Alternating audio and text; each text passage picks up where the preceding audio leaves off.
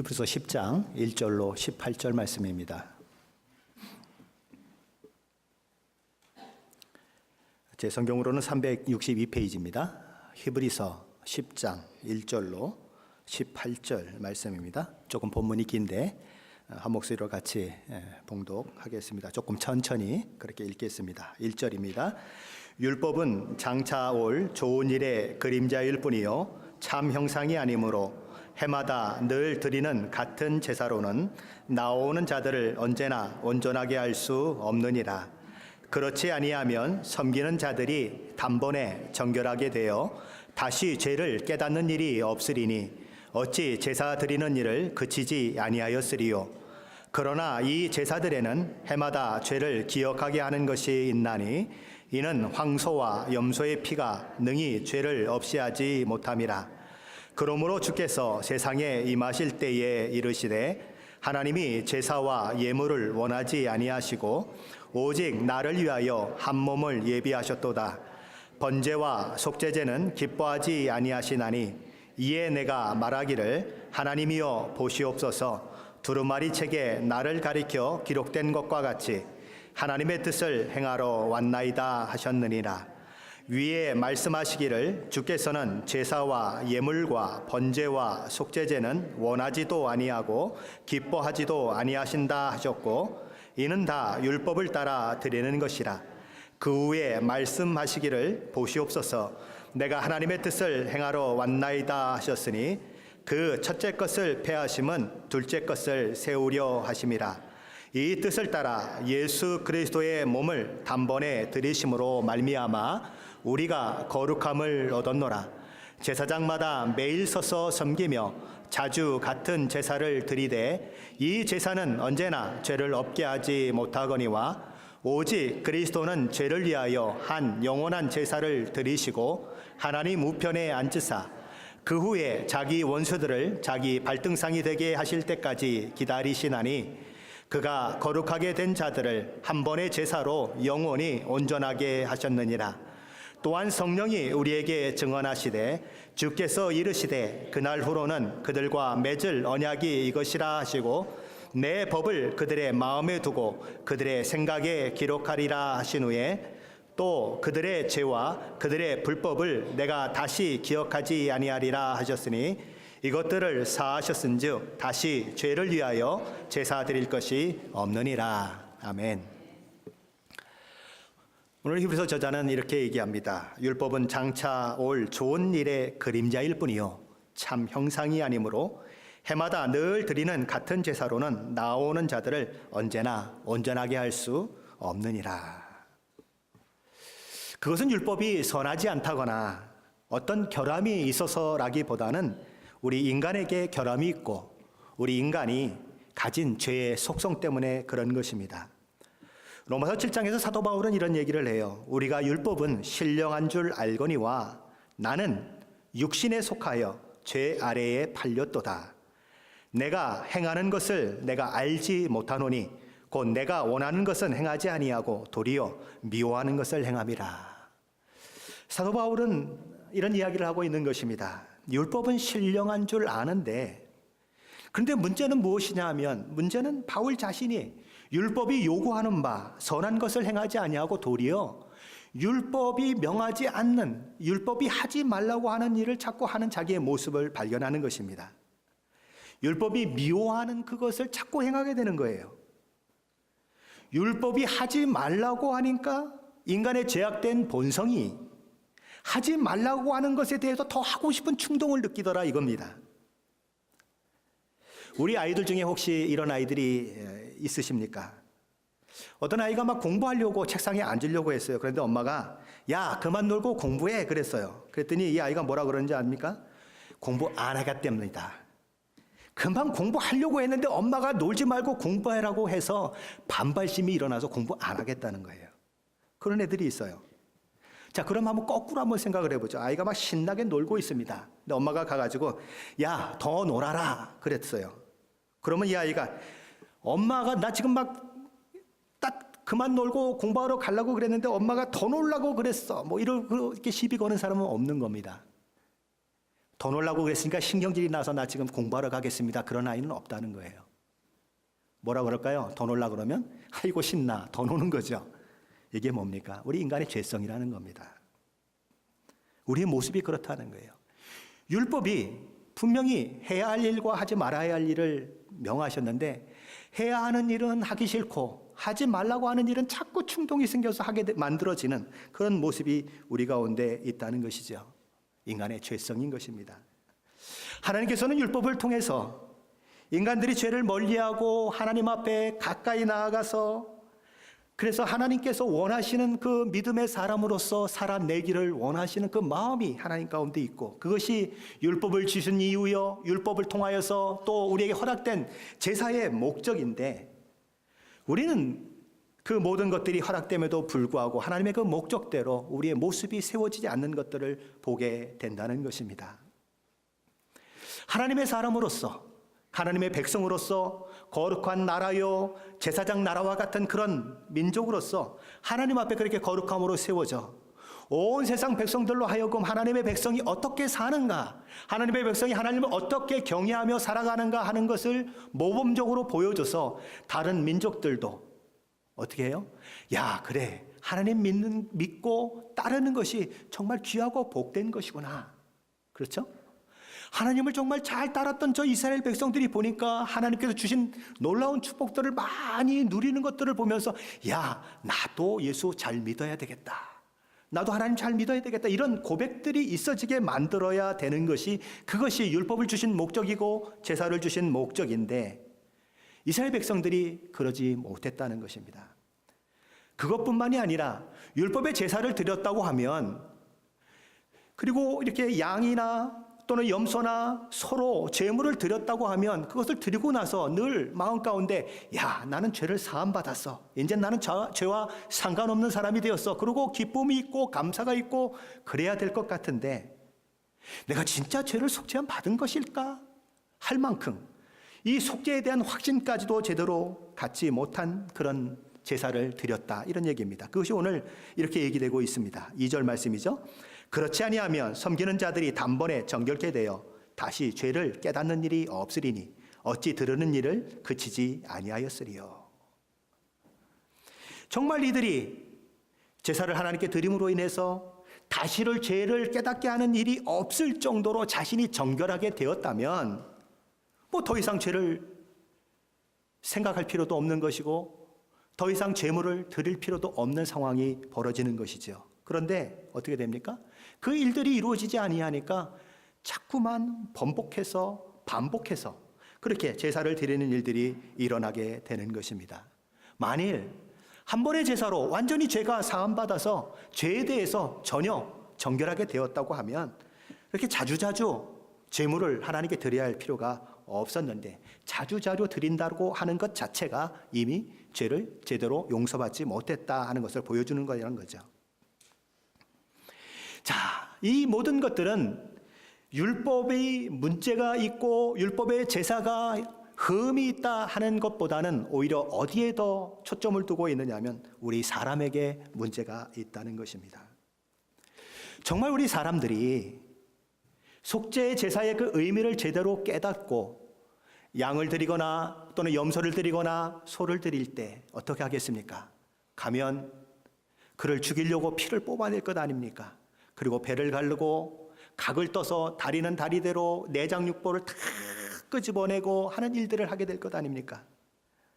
힘없이 죽어가는 그 가축들을 보면서 그들은 무엇을 느끼게 되겠습니까?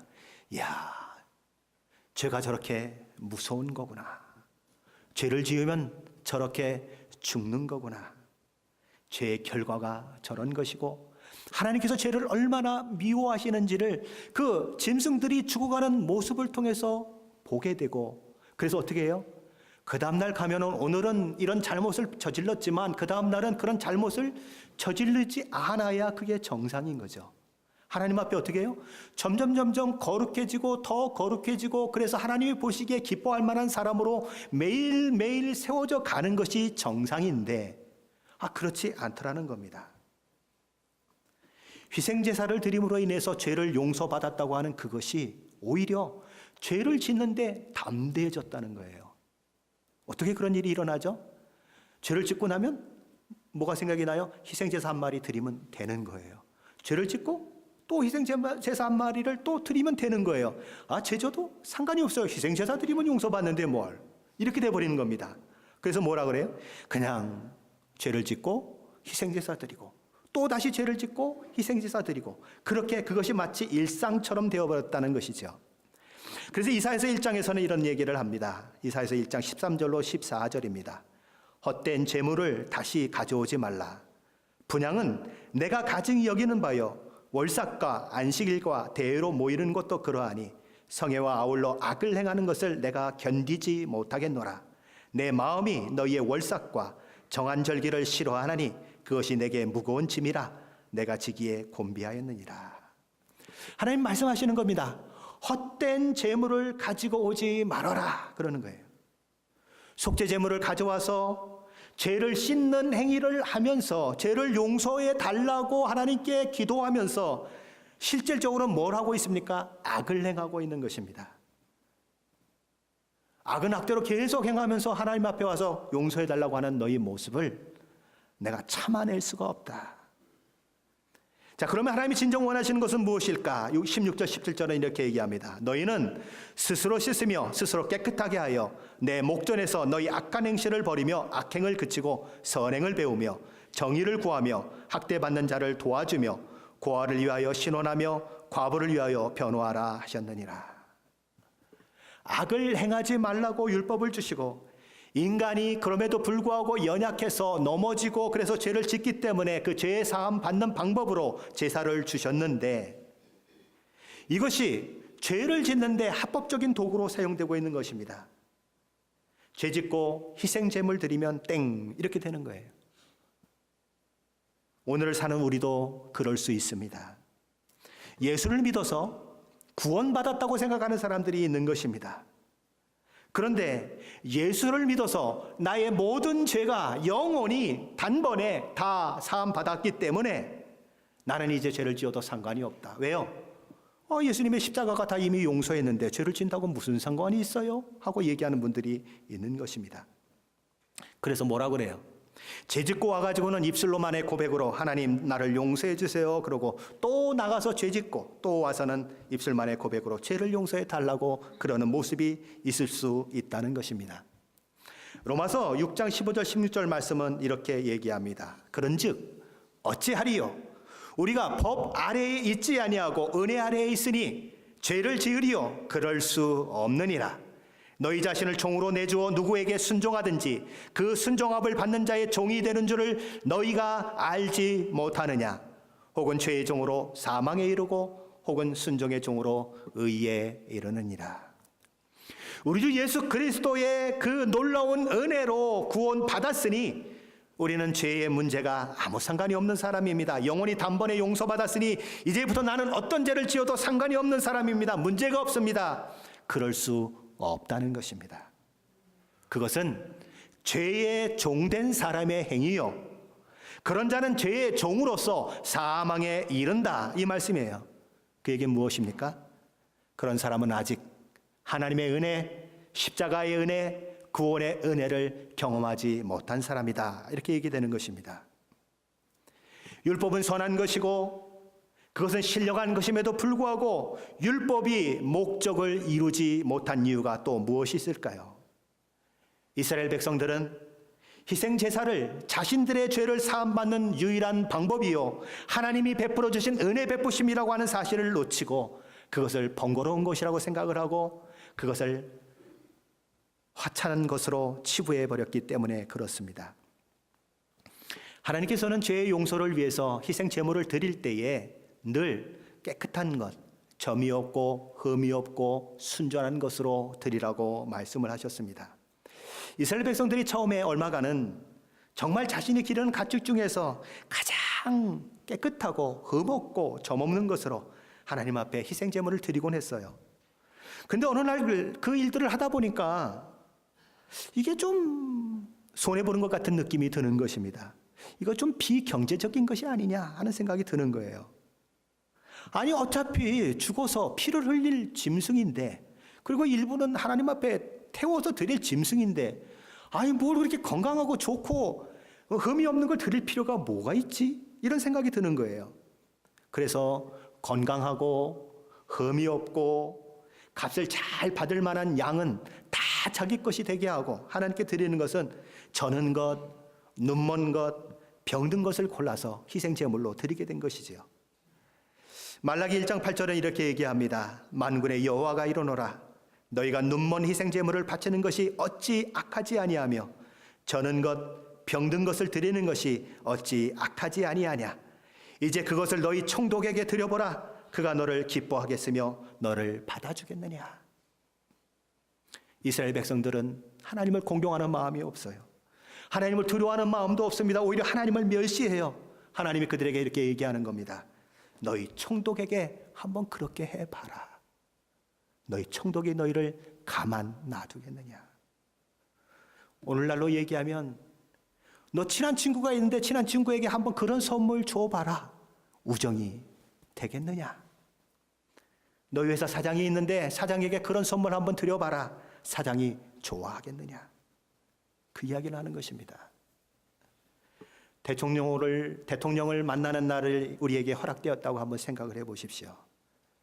며칠 전부터 준비를 할까요? 아마 한참 전부터 준비를 할 겁니다. 그렇죠?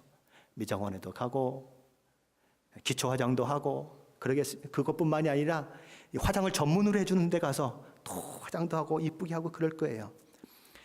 집에서 옷을 입어보고 거울에 보고 막 비춰보고 이거 아니네. 그래서 또 백화점에 가서 비싼 옷을 또 입을 것입니다. 사서 입을 거예요. 그러고는 어떡하겠습니까? 그날 아침엔 아침 일찍부터 혹시 머리 어디가 흐트러진 데는 없나 드라이기로 또 다 만져주고 그러고는 정확한 시간에 대통령을 만나러 가지 않겠습니까? 그런데 저와 여러분이 하나님 앞에 올 때는 어떻습니까? 어떤 모습으로 오고 계십니까?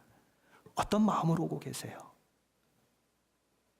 그냥 저 선반에 있는 성경책 뚝 틀어놓고 어이구 먼지가 많이 묻었네 후 이러고 옆에 끼고 교회 오시지 않으십니까? 왜 이렇게 주일은 빨리 오는 거야? 그런 생각은 들지 않으십니까? 정말 예배를 소중히 여기고 계십니까? 정말 하나님께 예배 드린다고 하는 그 마음이 저와 여러분 가운데 있으십니까? 하나님께 드리는 제사를 무시하고 하찮게 여기는 이스라엘 백성들에게 하나님께서는 이렇게 말씀하십니다. 만군의 여호와가 이르노라 너희가 내 제단 위에 헛되이 불사르지 못하게 하기 위하여 너희 중에 성전문을 닫을 자가 있었으면 좋겠도다. 내가 너희를 기뻐하지 아니하며 너희가 손으로 드리는 것을 받지도 아니하리라. 하나님께서는 성전문을 닫아버리는 자가 있었으면 좋겠다고 말씀하십니다. 되먹지 않은 모습으로 제사를 드리고 있는 저들의 제사가 더 이상 드려지지 않도록 성문이 닫아졌으면 좋겠다. 이스라엘 백성들의 모습이고 잘못하면 저와 여러분의 모습이 될 수 있는 것입니다. 그런데 이스라엘 백성들만 그런 것이 아니고 제사장들도 그러는 거예요. 하나님께서는 이 제사 드릴 때 편의를 위해서 먼 지방에 살고 있는 사람이니 이 흠없고 점없는 이 순전한 양을 데리고 오다가 넘어지기라도 하거나 아니면 또 다른 짐승한테 물리게 되는 이런 상황이 발생할 것을 생각해서 먼데 있는 사람은 가져오지 말고 이 성전에 와서 사서 제물을 드려라 그렇게 말씀을 해주셨어요. 근데 그 일들을 누가 주장했냐면 제사장들이 주장을 했습니다. 그런데 이 제사장들이 과간인 것입니다. 그들에게 양을 팔고 염소를 팔고 그러는데 어떤 것들을 파냐면 저는 것, 눈먼 것, 병든 것을 파는 거예요. 그리고는 50불짜리 양인데 200불을 받아버리는 겁니다. 그리고 150불은 자기 주머니로 착취를 해버리는 거예요. 그 예물이 하나님 앞에 드려지니까 하나님은 어떠시겠습니까? 가져오지 말아라. 차라리 성전문을 닫아라. 그러시는 거예요. 이스라엘 백성도 타락하고 제사장들도 타락하고 오늘날로 말하면 성도도 타락하고 목사도 타락하고 다 타락해버리니까 하나님이 아무리 선한 율법을 주시고 선한 제사를 주셔도 무용지물인 것입니다. 그래서 어떤 일이 일어납니까? 오늘 본문 5절 7절 말씀은 이렇게 얘기하는 것입니다. 5절 7절입니다. 같이 있습니다. 그러므로 주께서 세상에 임하실 때에 이르시되 하나님이 제사와 예물을 원하지 아니하시고 오직 나를 위하여 한 몸을 예비하셨도다. 번제와 속죄제는 기뻐하지 아니하시나니 이에 내가 말하기를 하나님이여 보시옵소서.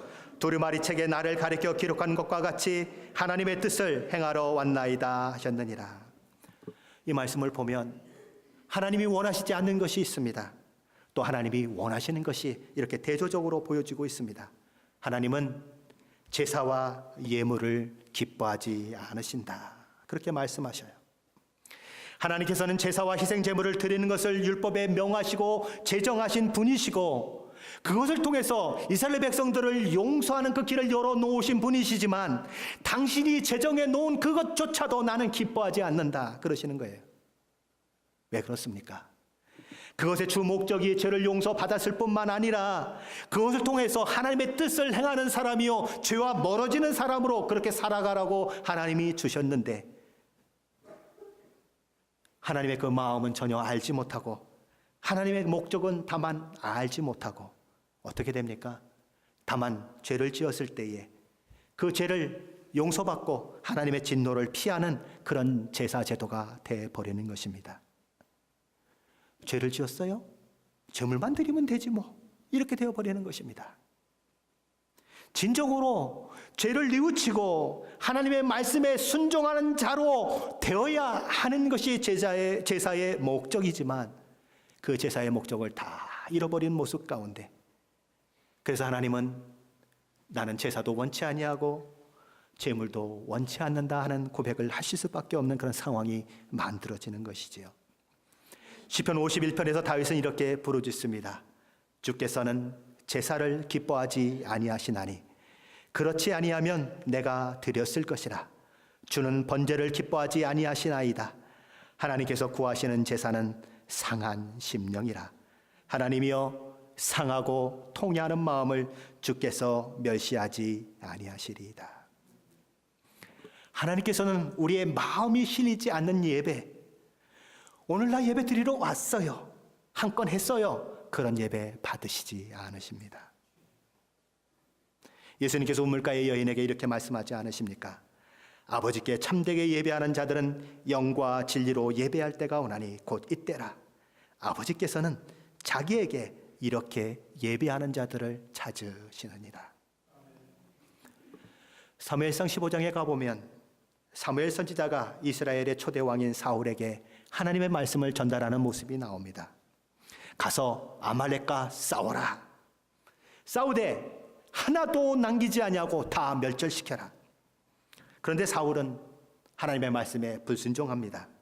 하찮은 것들은 죽이고 좋은 것들은 다 자기가 취해버렸습니다. 자기 승리를 드러내기 위해서 아말렉 왕도 죽이지 아니하고 포로로 잡아와 옵니다. 내가 이렇게 잘 싸웠다는 거죠. 이 아말렉 왕이 나의 포로가 되었다는 걸 보여주고 싶은 것입니다. 좋은 가축은 다 살려가지고 왔습니다. 사무엘이 책망을 하죠. 그러자 사울이 말합니다. 아니 사무엘 선지자님, 이것을 남겨둔 이유를 모르신다는 얘기입니까? 당신의 하나님 여호와께 제사 드리기 위해서 그랬습니다. 이렇게 얘기하는 거예요. 그랬더니 사무엘이 우리가 너무나 잘 아는 말씀을 이렇게 합니다. 여호와께서 번제와 다른 제사를 그의 목소리를 청종하는 것을 좋아하신 같이 좋아하시겠나이까? 순종이 제사보다 낫고 듣는 것이 순양의 기름보다 나으니이다. 하나님이 원하는 제사는 순종이에요. 하나님이 원하는 제사는 하나님의 말씀대로 듣고 순종하는 거예요. 하나님은 그것을 원하시는데 이스라엘 백성도 그것을 놓치고 때로는 우리도 그것을 놓치는 것입니다. 하나님이 원하시는 것은 단지 우리의 죄와 불순종을 덮어버리는 것을 원하시는 것이 아니에요. 그래서 제사를 주신 게 아니라고요.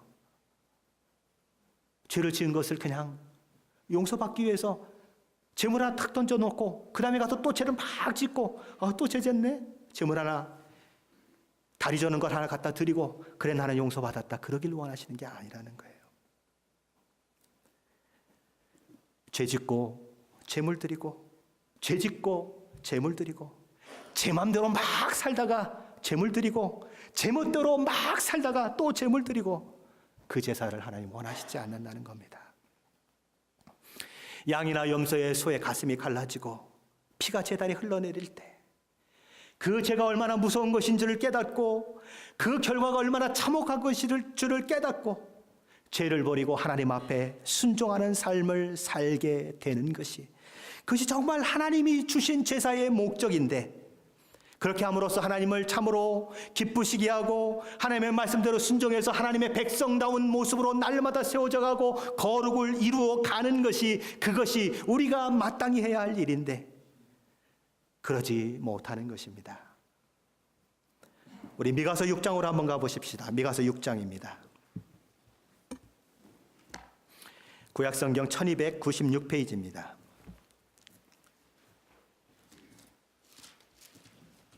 미가서 6장입니다. 1296페이지.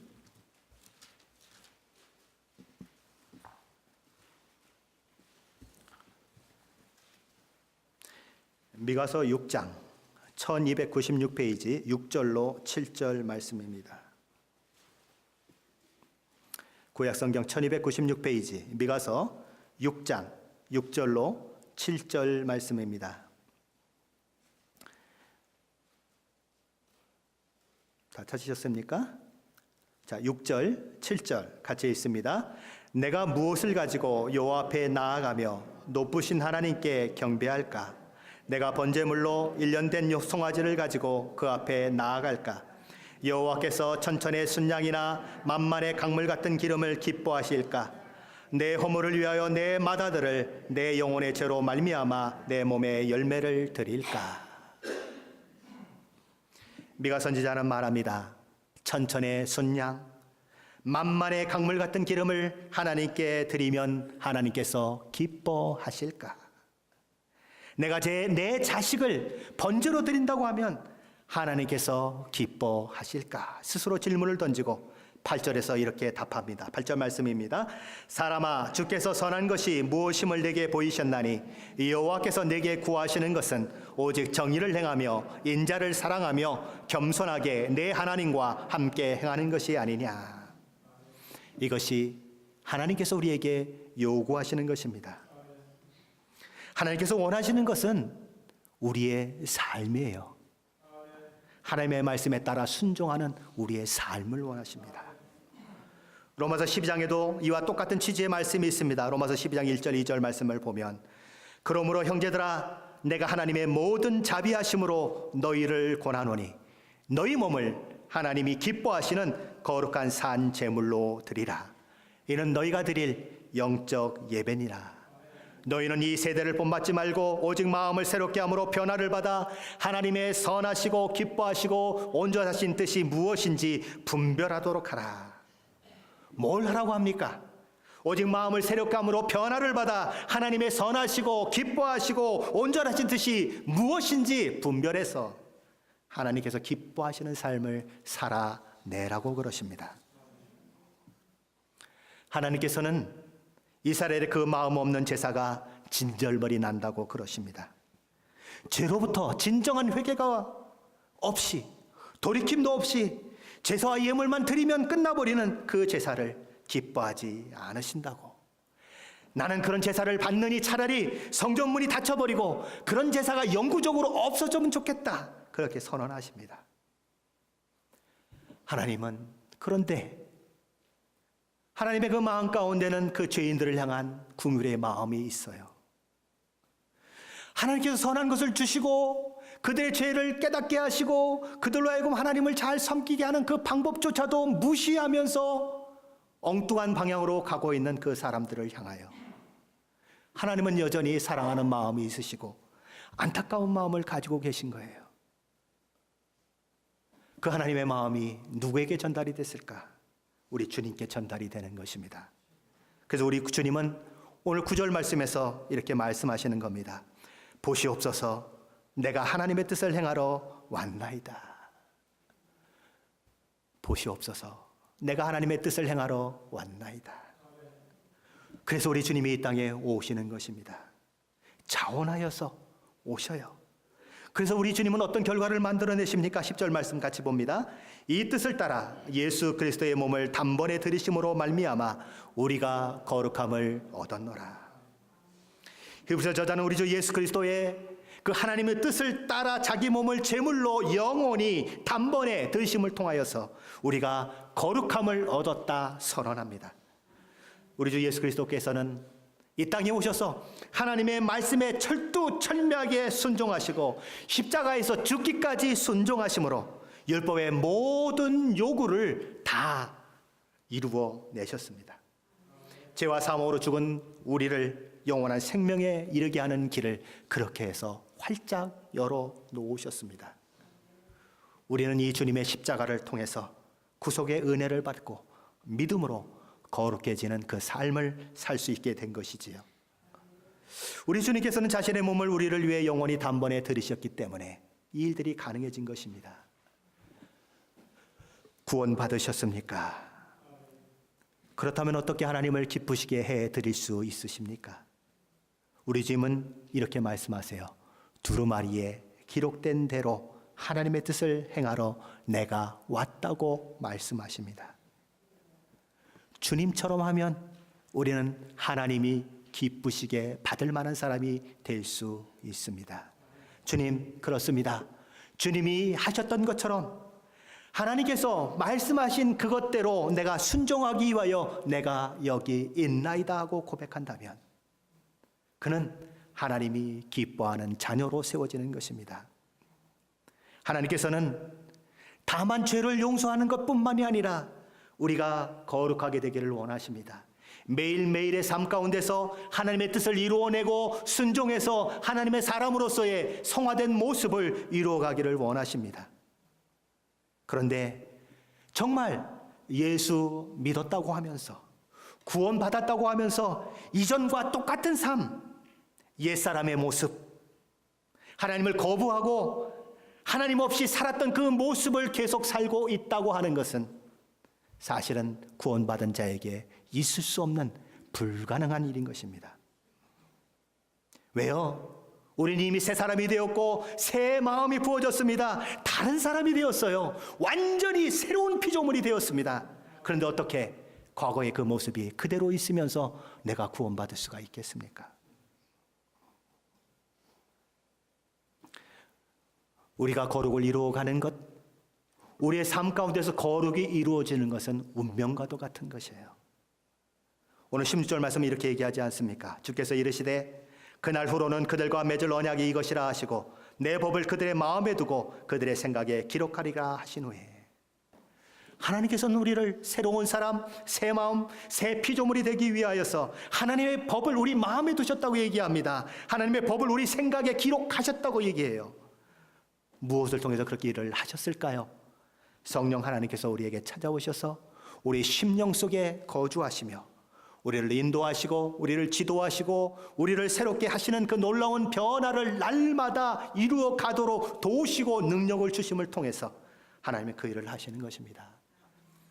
예수를 믿는다고 하는 것은 돌 감람나무였던 내가 그 가지가 잘려져서 참 감람나무에 접붙인 것과 같다고 사도 바울은 얘기합니다.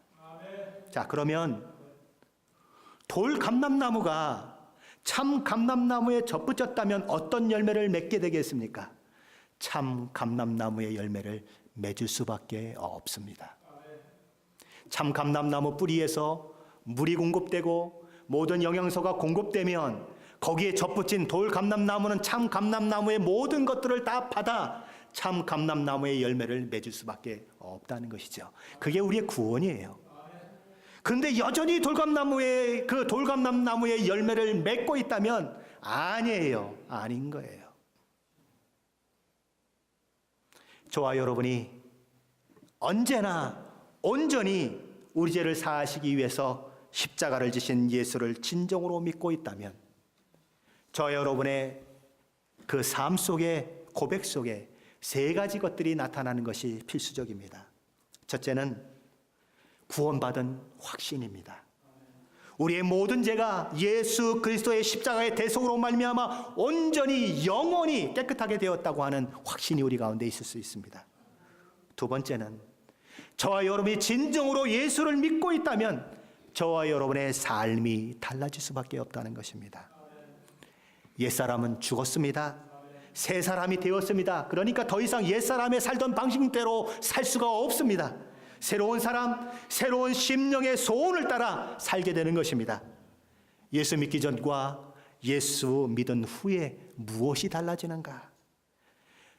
여러분들이 기독교의 역사를 보십시오. 수많은 믿음의 사람을 보십시오. 무엇이 달라졌는가? 다른 것 하나도 없습니다. 오직 한 가지, 삶이 달라집니다. 예수 믿으면 삶이 달라질 수밖에 없어요. 누가복음 19장에 나오는 삭개오는 세리장이었습니다. 당시 세리장이라고 하는 것은 매국노요, 돈만 아는 사람이요, 세금을 착취하는 사람으로 그렇게 알려집니다.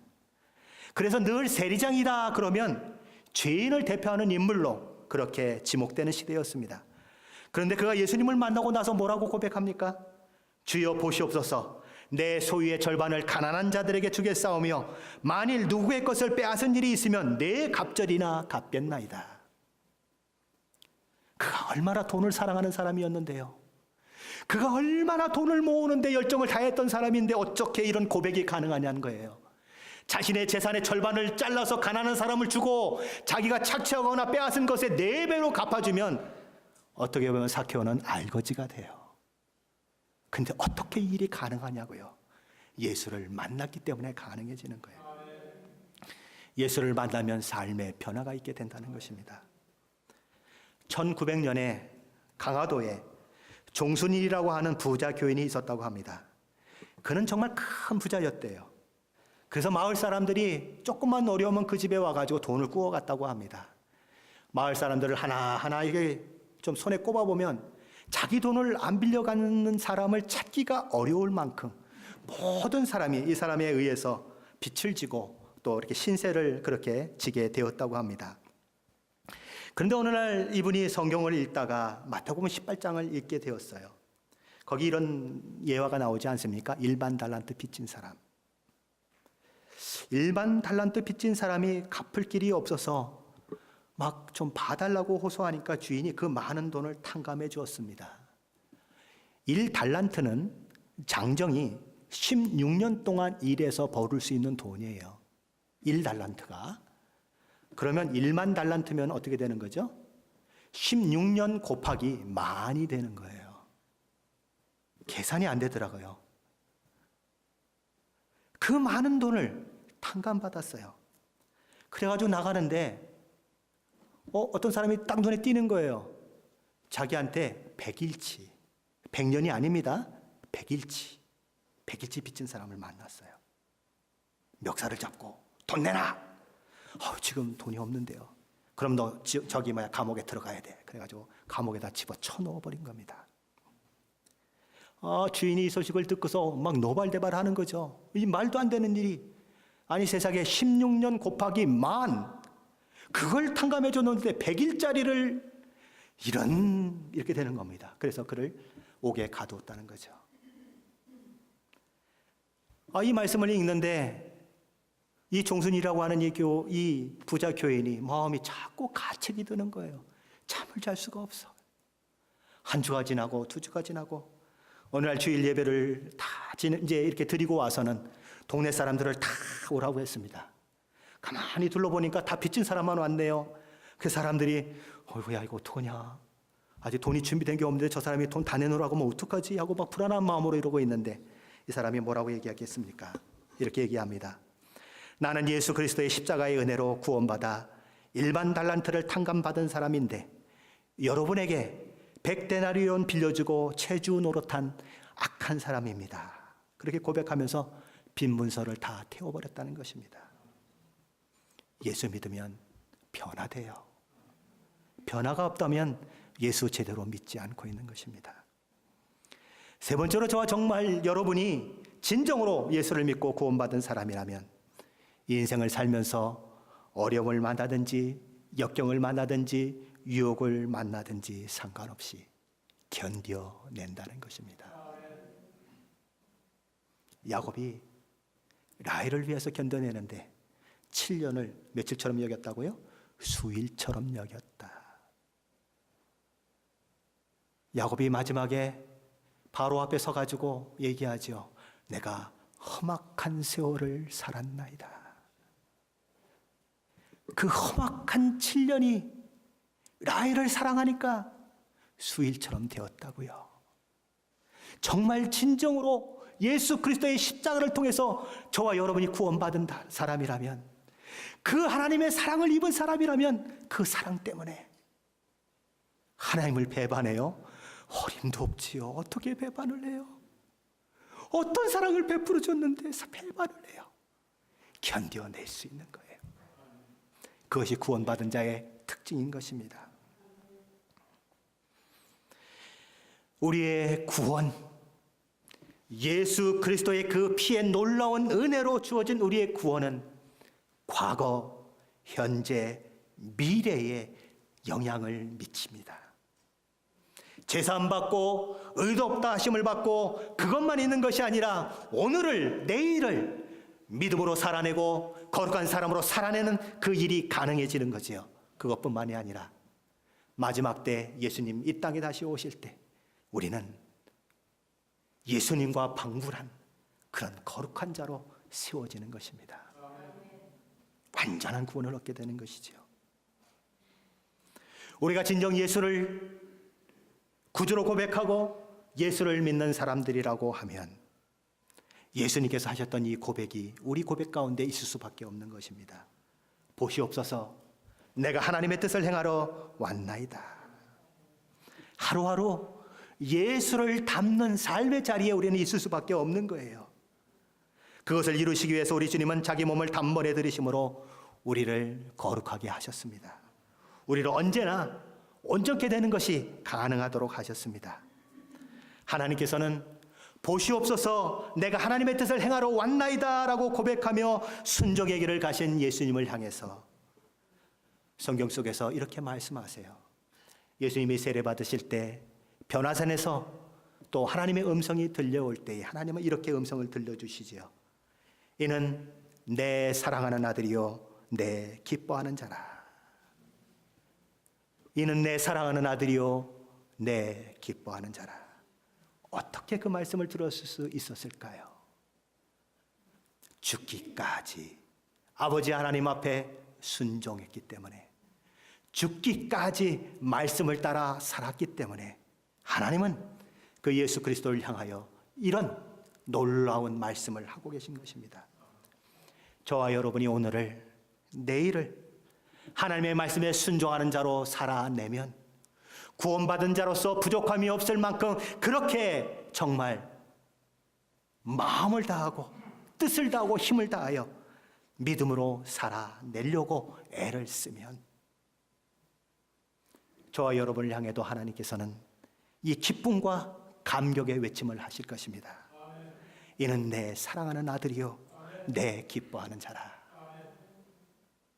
하나님께서 저와 여러분을 향해서 이 고백을, 이 기쁨의 외침을 하실 수 있도록 오늘을 사시고 내일을 사시고 또 모레를 살아내시는 저와 여러분이 되시기를 예수 그리스도의 이름으로 간절히 축원합니다. 기도하십시다.